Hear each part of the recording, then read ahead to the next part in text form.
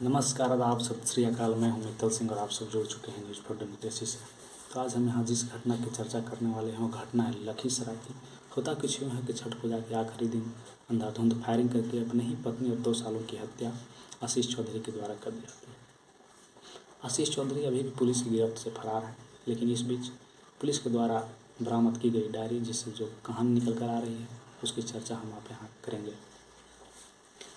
होता यह है कि लखीसराय के पास में रहने वाली दुर्गा झा लड़की और आशीष चौधरी लड़का दोनों एक दूसरे के पड़ोसी हैं। एक दिन दोनों अपने दोस्त की शादी में जाते हैं। वहाँ दोनों के बीच बातचीत होती है। वो बातचीत धीरे धीरे प्यार में बदल जाता है।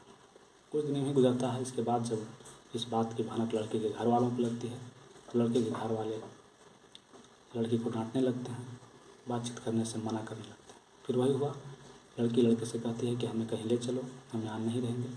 लड़का उस समय ले जाने की स्थिति में नहीं था। लाख मना करने के बाद भी लड़की अपनी जिद पर अड़ी रही। किसी तरह से लड़का अपने दोस्त और भाई के सहारा से लड़की को पटना हॉस्टल में रखवाता है और वहाँ पास के ही एक इंस्टीट्यूट में उसका एडमिशन करवा देता है। लड़की वहाँ रहकर पढ़ने लगती है।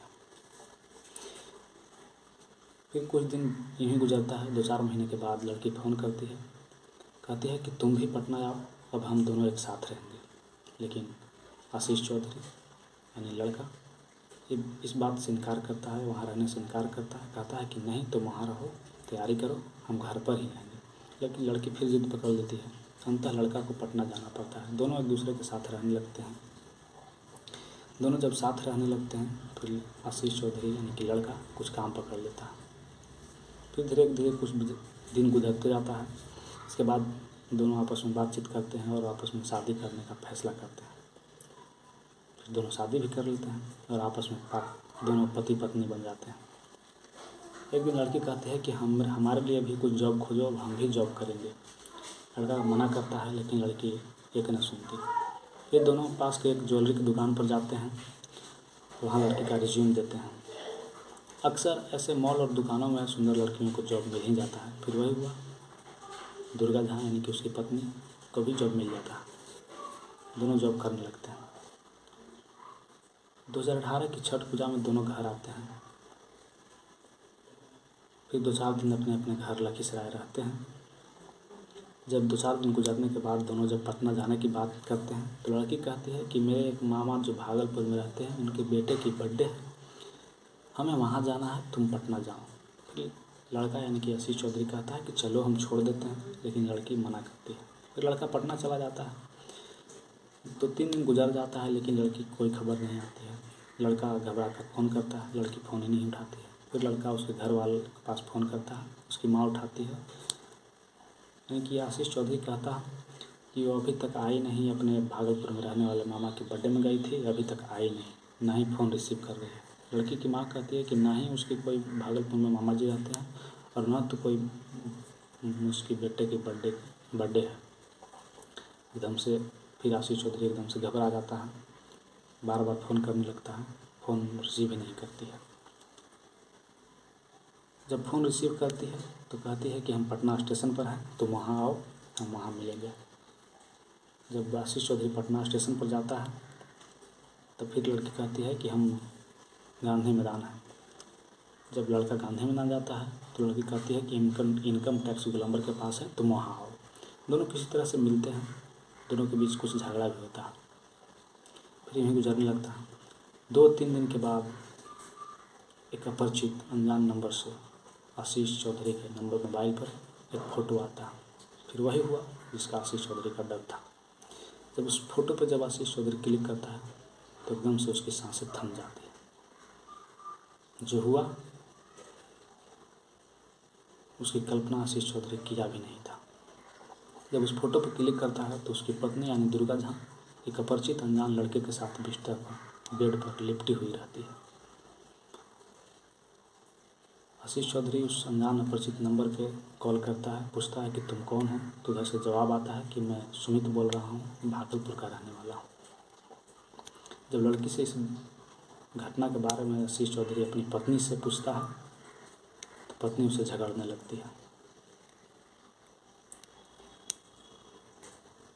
और एक बात, जब लड़की थी वो बातचीत सुमित से तब से करती है जब दोनों लखीसराय में रहते थे, यानी कि 2 साल पहले से सुमित से बातचीत उस लड़की यानी दुर्गा झा की हो रही थी। फिर क्या था, जब उस नंबर का चेक करवाने लगता है आशीष चौधरी, जब उस नंबर की जांच करवाने लगता है तो नंबर बदल दिया जाता है, नंबर बंद करवा दिया जाता है। फिर यहाँ से सुमित की बात ख़त्म हो जाती है।